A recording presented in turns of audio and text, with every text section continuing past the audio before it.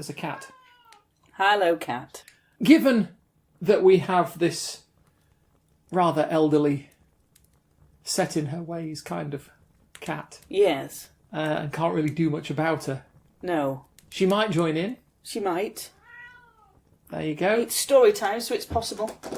Come on, then, up you come. And we might have to stop occasionally to, like, get her off the table or, you know, Yeah, hi, have you come for story time? all that nonsense. Sweetie, you've got cat food on your nose, darling. You get... Ew! Just needed to tell you. Oh, she's... Oh, mate. Yeah. She's... Yeah, I know. How old is she? She'll be 18 in April, so Which she'll be 18 next month. Which in human years is like the equivalent of like 483. Pretty much. When 900 years old you reach, look as good you will not. No. Yeah. I can't do the voice. And Doctor Who sat there going, speak for yourself. 9 billion and counting.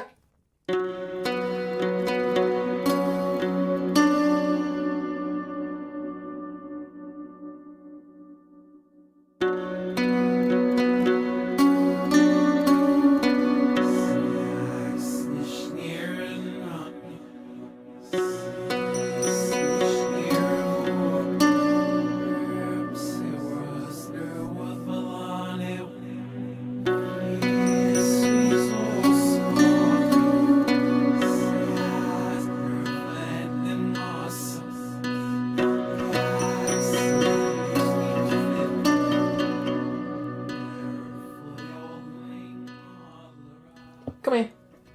Come here. Come on. Come. I mean, oh dear. Come here. You utter nuisance. Right. I know, but don't stop doing. You're just playing it up for the recording, aren't you? You're just doing the drama for the recording. Come on. Give me that foot. Give me that foot. There we go. There you are. I believe we're on a story episode today. Lovely listeners, it's story time. Yay! Welcome to episode 54 of Frithcast. I'm Suzanne Martin. I'm the UK ambassador for TAC, which is the Asatru community. And I'm Kate, and I live here, and I'm going to spend the evening sitting and listening to the story. Shiny. That's about the best I can do, really. Welcome in round the virtual campfire. Come in, warm your knees, pull up a log, grab yourself a coffee, get a bun if it's your thing. Come and settle in and chill out. It's story time. Indeed. If the cat jumps up on your knee, just shunt her off. It's fine. She'll be fine. She drools a bit, but she's all right. You might have noticed from the title of this podcast, Does My Beard Look Big in This? That we're going to be talking about a particular story in the myth cycle called The Lay of Thrym. The Lay of Thrym! The Lay of Thrym. It's from about the middle of the myth cycle, so this is still where Loki's antics are quite playful, quite funny, a little bit clever, a little bit mischievous, and they haven't got that sharp, pointy edge that they have later on. I like this bit of the myth cycle. Can we stay here, please? We can for the next 25 minutes or so, yes. Okay. So, lovely listeners. Hello. I hope you're ready for story time. This story involves Thor, and it involves Loki, and it involves some Jotun. So you can kind of imagine where this is going to go, but there might be a couple of twists and turns in here that you don't know, especially if you've not heard this before. Okay. It's quite a long story, so I'm going to kind of do as best justice as I can to it. As always, we're going to throw some links in the description. If you want to go and explore it for yourself, please do. Mm-hmm. I quite like this tale. So this is The Lay of Thrym, a.k.a. Does My Beard Look Big in This? So, it all starts one morning, and Thor wakes up to find that Mjolnir is missing. The great hammer. The great hammer. Of mighty giant smiting. Is gone. Is gone. It is no more. It is... No, it's not deceased. It's just not there, basically. It's pining for the fjords. It has pined for the fjords, and it's gone on its merry little migration way. No, it's just basically not there, and he's like, oh, that's not good. Somebody's nicked me tool. Somebody... He is a big... No. He's totally not a big tool without his big tool. It's a god. It'll be fine. It's a god, it'll be fine. Why have you ever known a god take offence at anything? Yeah, I'm just... Yeah, no. We're going to get hammered. Yes, we are. So his first thought, get this, his first action, finding that the Mjolnir is missing, is to go to Loki and ask him about it. Well, yeah, I've seen there's a flowchart, isn't there? Yeah. Did Loki do it? Did Yes, Loki do no. it? And, if you choose no, it goes bullshit. Loki did it. Loki did it. And get him to fix it. So this is the period of the mist cycle when that is happening, basically. Okay. This is like Odo in Deep Space Nine, when something has gone wrong, I always investigate Quark Straight first. to Quark. Straight to Quark. So Thor goes straight to Loki and says, what gives? Where's my hammer? And Loki's like, mate, I don't know. Hand me the hammer, dude. Yeah, ain't there. Ain't happening. For once, he's got no idea. So they both go to Freya. Quick point of order. Yes, I'll do my best. Now, I may be somewhat conflating my understanding of the Marvel Cinematic Universe with the actual genuine mythology, for which I apologise, should that be the case. However... Makes a good what if. Carry on going. Who nicks something that nobody but him can lift? Well, see, it's a good point, because in this, other people can lift it, but even Thor has a set of gloves that give him the strength of a Jotun. I was going to say, he's got a belt and gloves, to lift he? it. Keep that in mind, it's a big hint for later. I will. So they both go to Freya, and the trickster, the cunning one, asks her for her feather cloak, and you might see it translated as a feathered dress, okay, a feathered coat, a feathered cloak. It's a garment that allows flight. Now, whether it's because it turns you into a falcon, or that you can put it on and it allows you to fly like a falcon, or it allows you to borrow a falcon, it's not quite clear. But here, the trickster asks Freya for her falcon coat, her falcon cloak, her falcon dress, her feathered dress. And he puts it on, and the falcon cloak whirs. And he flies over Asgard, and over mountains, and over valleys, and over rivers, and over all of the lands until he comes to the lands of the Jotun.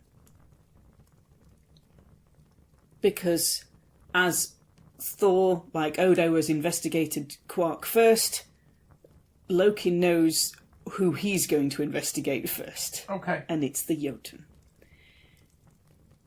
There's a lot of, or rather, there's not a lot of, due process in this whole thing, is there? It's like, well, for me, it must be him. It's not him. Well, who do you think it is? Well, it's them, obviously. Yeah. Not a whole lot of, solid investigative understanding here, but there you go. I suppose every investigation has to start with a suspect. Go on. It does. Blame the trickster. No, don't blame the trickster. Bad idea.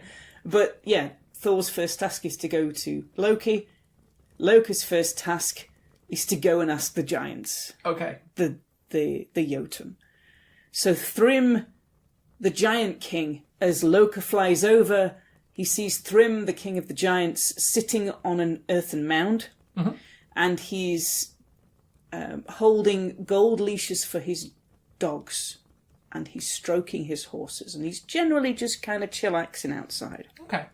Loki lands and asks Thrym if he's stolen the hammer. Good morning, have you nicked Thor's hammer? You can see how this conversation is going to go down. Jotun. Thrym says, How fare the elves? How fare the gods? How fares the land? How are you doing, bro? Your 2 heated towel rails. How are your heated towel rails? My heated towel rails are all good. And your BMW? It is very good. Loka says, actually, my bro, everything's a bit pants because Mjolnir's gone missing and Thor is on the raging warpath, but he doesn't have his hammer to go on the raging warpath, which is making him even more ragey. He's just smacking the table over and over again.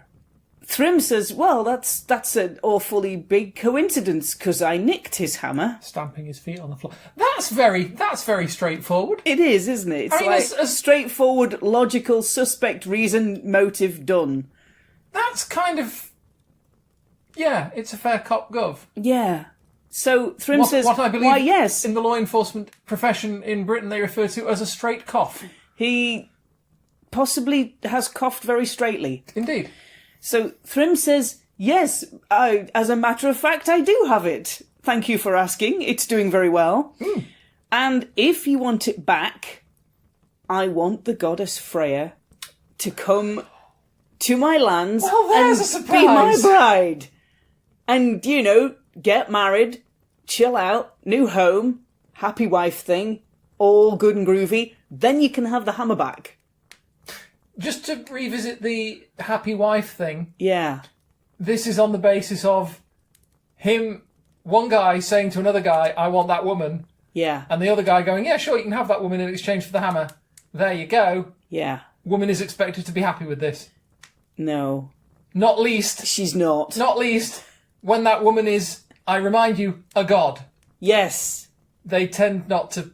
This is a goddess of passion and fury and death to a certain extent because she's taking the dead. She is jealousy and love and all of those big magical things that wreak havoc. And what she isn't, I note, in that shortlist is compliance.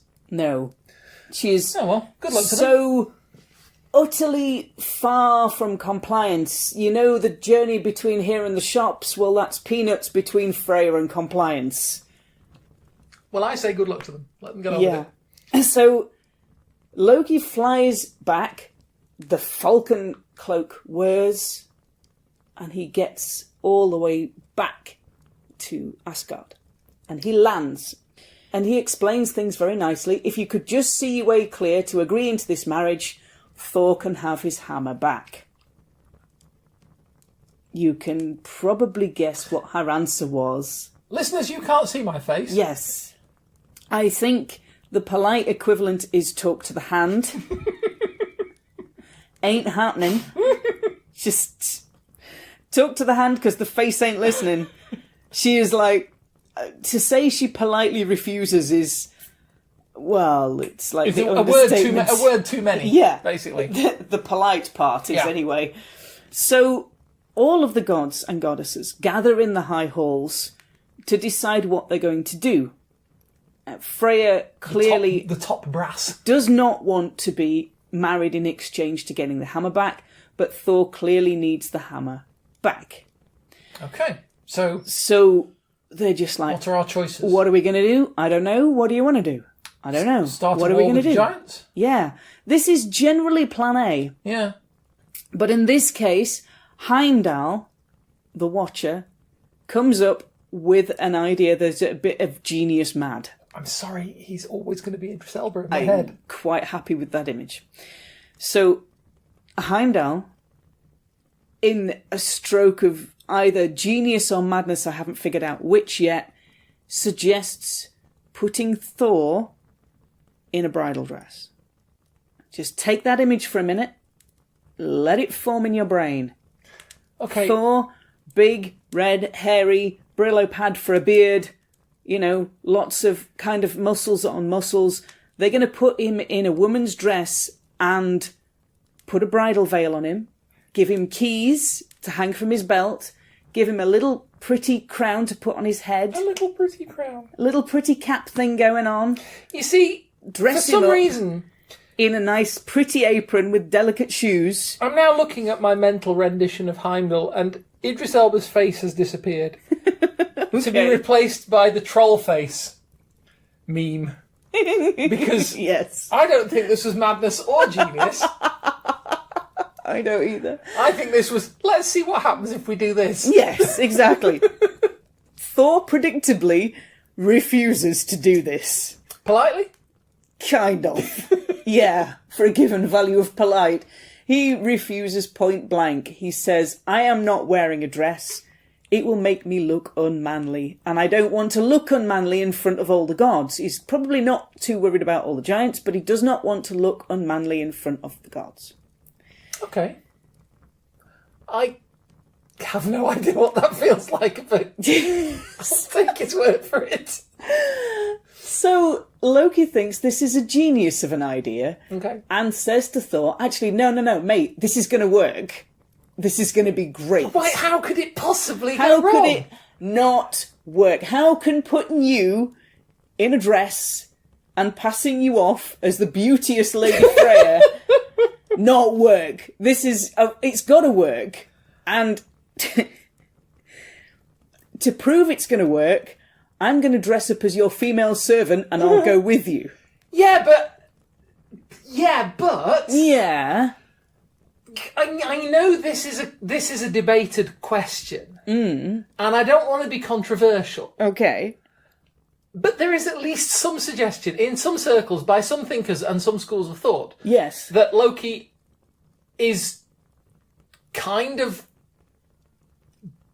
I don't want to say gender fluid, but you know what I mean. He's he can- perfectly happy in whatever he's skin. a shapeshifter. He can be. So I mean, he could just go like ta-da, and so I mean, I'm jealous, obviously, because but just to be able to poof, and there you are. Yep. So Loki says, you know what, big Thor bro mate, this is going to be awesome. Big Thor bro. We're going to dress you up in a wedding dress with all your muscles. At least we're not waxing you. It'll be fine. Oh. We're going to dress you up in a wedding dress.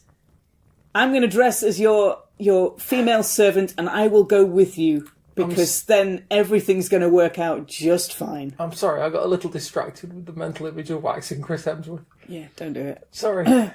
So the gods then get a dress and they put Thor in a dress. Okay. And I'm good with that. to say it's going to have quite a high neckline, and you're going to have to make some adjustments to get it to fit that kind of a figure and be. He's going to have to be putting like rolled up socks down. I wasn't going to go that far, but yes, You started there talking. could be rolled up leg wraps in there, just kind of to give him the proper shape, and it's all good and groovy. So they give him a nice woven belt, and they put the lady's keys on it, and they give him beads to wear, and Freya gives him her necklace Brisingamen Wow. to wear. So That's pretty precious. it is pretty precious. So they also give Thor a veil. Now, to me, this veil's got to be flipping opaque, basically. Because if you give him just like a wee piece of cotton, they're going to see straight through it, and there's going to be like a Brillo pad beard sticking out the edges. So this veil, for me, has got to basically be a blanket. We are not including the word gossamer in this description. This is not even remotely close to a word I would associate with the son of Earth, Okay. the thunderer, the giant killer, the mountain strider is in a dress with a veil and a wee little cap on, and Brisingamen and the keys and the belt and the Pretty little cap. And all of that. We've got a veil that's basically made of tarpaulin. Yeah. Big blanket over the top.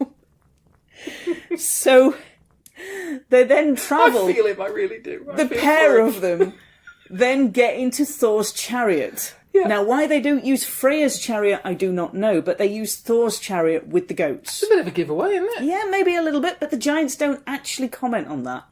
Do they leave Thor's reg plates on? I don't know what they do with the reg plates.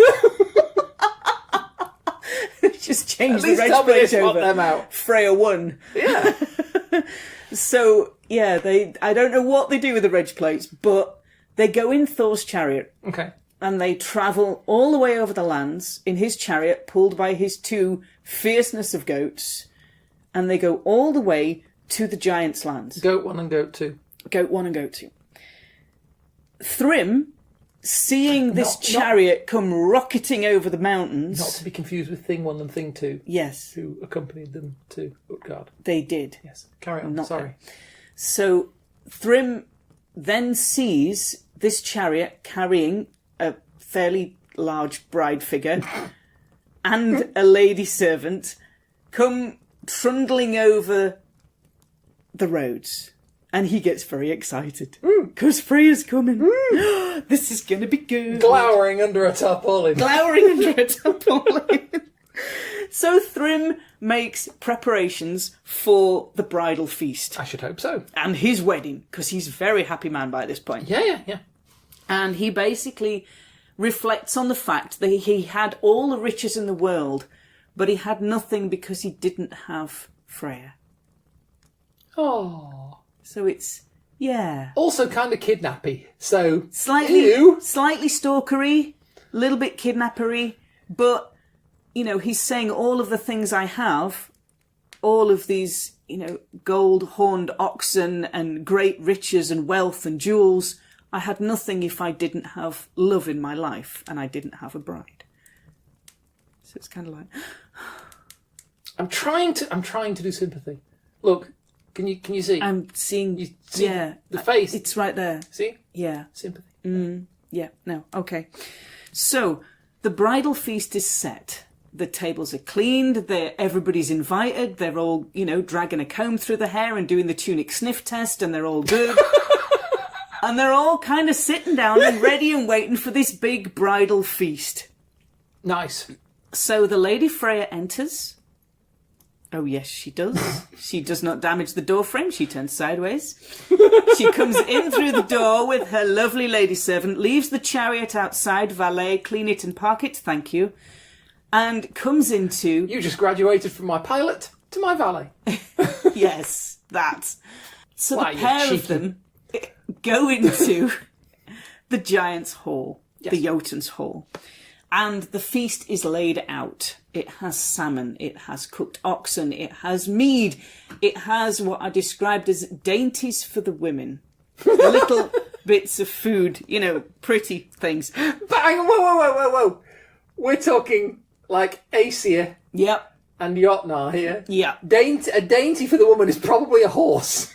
Yeah, probably. You know, little doily underneath, looking kind of pretty. A little bit of, you know, a little bit of icing on it. You're all good and groovy. Bit of mint leaf. Full roast horse. Yeah. So, the bridal feast is set. The tables are all laid out. Everybody's ready to get down and party. Indeed. Thor as Freya... I like a party with some atmosphere. ...does not remove the veil. The veil stays. And he reaches for the roast ox and eats one of those on his own. Her own.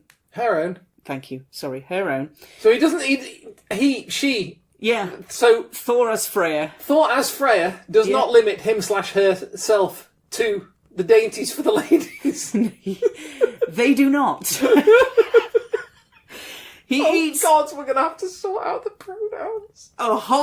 They eat a whole ox to themselves. They eat 8 salmon to themselves. Because he's not actually identifying as... No. Freya. He's identifying as Thor in a dress. So we could call him he. Yes. Because he's still Thor. As far as he's concerned, he's still Thor. He's not saying, this is like my inner Freya. No. He's saying, this is me, Thor, doing a deceit... Yes. To get my hammer back. He Everybody else is supposed to believe that he's a she. Yes. But we can call him he. We can. I'm glad we got that sorted out. So Thor as Freya, eats a whole ox, eats 8 salmon, drinks 3 full tons of mead. 3 tons of mead? Tons T-U-N-S. Oh. Like really big barrels. I mean, even so. To himself. That's pretty good going. Pretty impressive. And he eats all of the dainties laid out for all of the women. All of them. The man just has no... He's just... Decorum, man, decorum. Well, this is what his new husband, Thrym, looks over and goes, oh my goodness, Freya is a little bit hungry. Yeah. I've never seen a bride eat so much. I've never seen a man eat so many chicken wings. Yes. You know, oh my grandmother, what big teeth you have. It's like, how is this deception even working? I've never seen a man eat so many chicken wings. Oh, carry on. So, Thrym comments that his new, lovely, dainty bride appears to be a little bit peckish. My dear, are you feeling all right? Can I get you another ox? You've already eaten one. What's that noshing on my leg?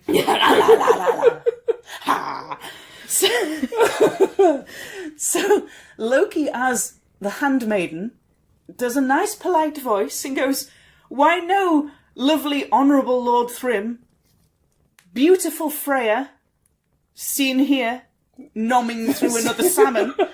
Under the tarpaulin. Under the tarpaulin, has restrained from eating for 8 days. So anxious was she to get to Thrymheim and come and marry you. So she is now at her bridal feast and expressing her hunger. Oh, jolly good, goes Thrym. That's wonderful.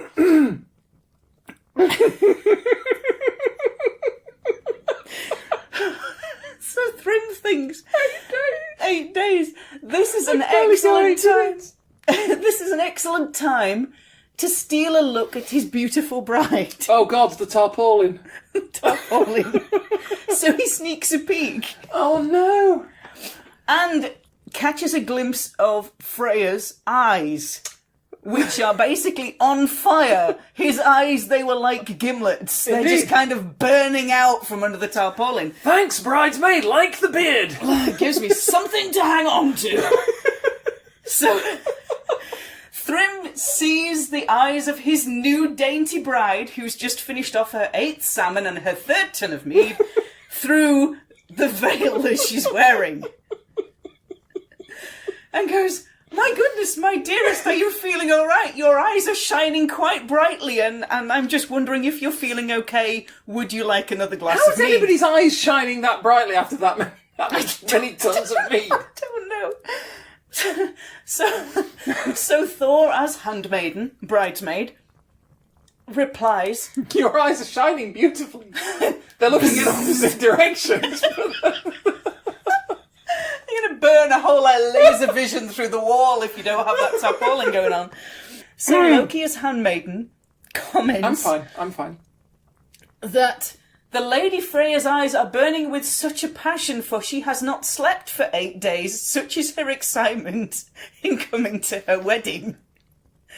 And this washes. Okay. Thrym goes for it. He's They're, like, what? They're not discerning, these giants, are they? Not after that much mead, no. Okay. So at this point, you get Thrym's sister. The Lord of Thrymheim's sister comes up to her brother's new bride and says, "I will accept you as one of my family, and hereon marrying my brother and making him a very happy man," which he already looks like. "But I'm going to ask for a gift from you, which I'm going to ask for the red gold rings from your fingers as my, not bride price, but my hush money. Price for acceptance into my family, and to gain my blessing on your marriage." I believe the term is blackmail. Yeah. There's no response recorded for how that goes down, but I can imagine it doesn't go down particularly well. Does she get mentioned again? Kind of. Yeah. I was just going to say, because if she suddenly vanishes from the narrative and everybody else is looking all really like cheesed at each other, Yeah. that might account for what happened. It might, but yeah, she kind of arrives... yeah, never mind. So, Thrym then says it's time for this marriage to be blessed. Okay. By the Mjolnir. Okay. Which he has. Yes. Because he nicked it. Because he temporarily repurposed it. Okay.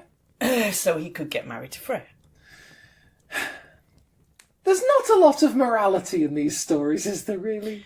I mean, For a given quality of morality, maybe. But no. There's a lot of sort of marrying people through deceit and coercion and all that kind of thing. Lots of trickery, and lots you of just cunning. sort of think, just once in a while, it'd be nice if just people, I suppose, like Njord and Scarthy, I guess. They kind of, they didn't really like each other to start with. No, I guess. they found their own truth in it, But they found their way. And yeah.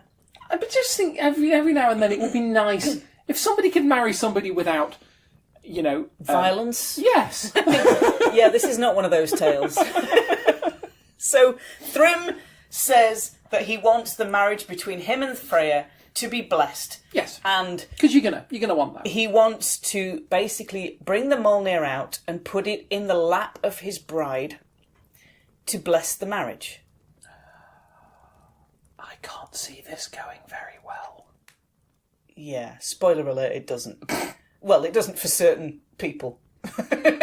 Because again, it goes great for others. But I mean, even theoretically, it's not going to go terribly well. Because let's imagine, as far as he's concerned, this is Freya. Yes. That he's looking at somehow. Yeah. Don't know how. The ox didn't give it away, but the mead, three mead, barrels of the mead salmon, didn't give it away. The gimlet eyes didn't give it the away. huge red beard. Yeah. There was no exfoliation, no beard. Maybe he'd got beard oil going on. I don't Maybe know, so, but maybe you so. know, The point is, he thinks this is Freya. he does. So he's going to take The Mjolnir. Mjolnir Yep.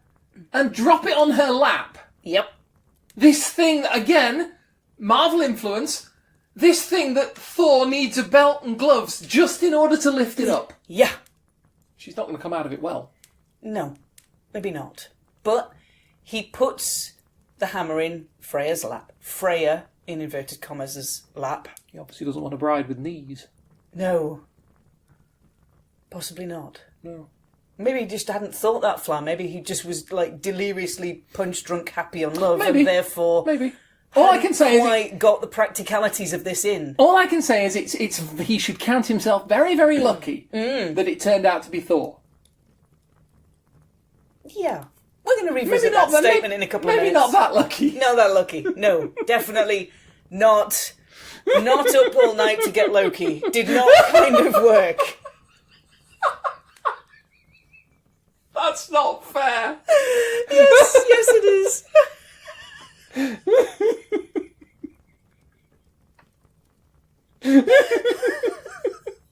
So, Carry on. okay. Thrym hands the Mjolnir, puts it in Freya's lap. Freya, quelle surprise, reveals herself not to be Freya. Reveals herself, strips off the tarpaulin veil. I'm running ahead. Okay, Let me guess. go on. Somebody gets a malleting. Yeah, just a few people get a malleting. Carry on. Okay. Did I spoil it for you? No, I was spoiling it for you. I Okay. just. That's all right, Hannah. I've read it before. You've read it. I'm you've good. Seen, yeah. You've seen this one. Yeah. Okay. I have seen this movie. I know where it goes. It ends very well or not, depending on your perspective. Thor has now got the Mjolnir within his reach. So he rips off the tarpaulin veil. Possibly not the hairs of his beard at the same time. Reveals his gimlet eyes. Rolls up his sleeves. That was the sound of a sleeve rolling up. Tucks his dress up. And basically goes to complete violent town Ah! Whoosh! on the guy that he's basically been married to, and the guy's sister, and the entire wedding party. I'm doing sound effects. You are. If you can imagine the church scene in Kingsman, this is what I've got in my head. Oh, yes! Okay. So, and there basically the tale ends. So presumably, at some point after the narrative, you've got Thor in a wedding dress with no veil, with a huge big red Brillo pad bushy beard that you can use to kind of sharpen steel. Standing there going... Because he's just finished doing all the... Yeah, in a fetching dress with a nice belt and a wee little cloth cap on, spattered in blood, with a Mjolnir. And then somewhere along the way, there's Loki dressed as a a maidservant, a handservant. Sometimes they get referred to as a bridesmaid. And they get back in the chariot and they go back to Asgard. And Loki's standing there at the back going, lol. Lols. Rufflecopters. Totes emotes. So, my image after this narrative ends is that they get back in the chariot. Hello, kitten. They get back in the chariot.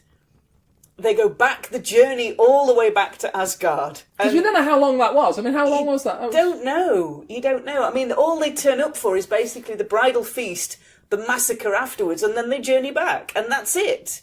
Thrym is dismissed. Sounds like a party to me. Yeah, well, it's Thor's kind of party, I think. Food, mead, big fight, lots of deed giants, done, home time. Okay. You know, taxi, kebab at 3 a.m, sorted, cracking night out with the lads and or lasses, depending on how you look at it. So, my image is of them walking back into Asgard with Thor with his sleeves rolled up, spattered in blood, with this big red ginger beard thing going on, and dress. Just gotta go get changed and washed, I'll be right back. Carrying a hammer. Yeah, so this is why I love the Lay of Thrym, just because of some of the imagery it gives me and the story itself. That does have some imagery. It does. So, lovely listeners, we hope you've enjoyed story time. I hope you've enjoyed it as much as I have. We hope you've enjoyed Frithcast number 54, story time. Come and join us for episode 55 in a little while. Come and join us and the small noisy cat under the table for Frithcast 55. 55? In a little while. If you would like to find us online, my name is Suzanne. You can find me on Facebook as Suzanne Martin. You can also find me on Twitter at Geetha in Jeans.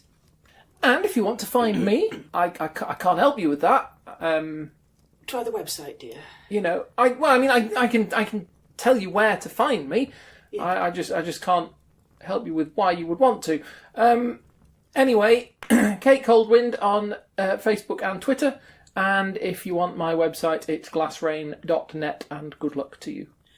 Lovely listeners, we will leave you with the image of Thor with his sleeves rolled up, still in his dress, cleaning the Mjolnir of blood in a wee little trough or a bucket or something somewhere.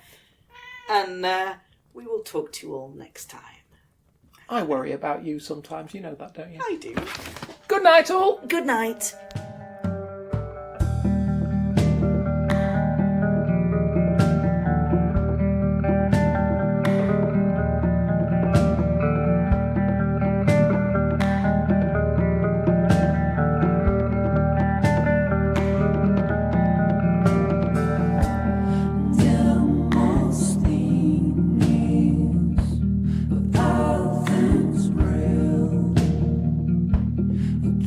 Sleep my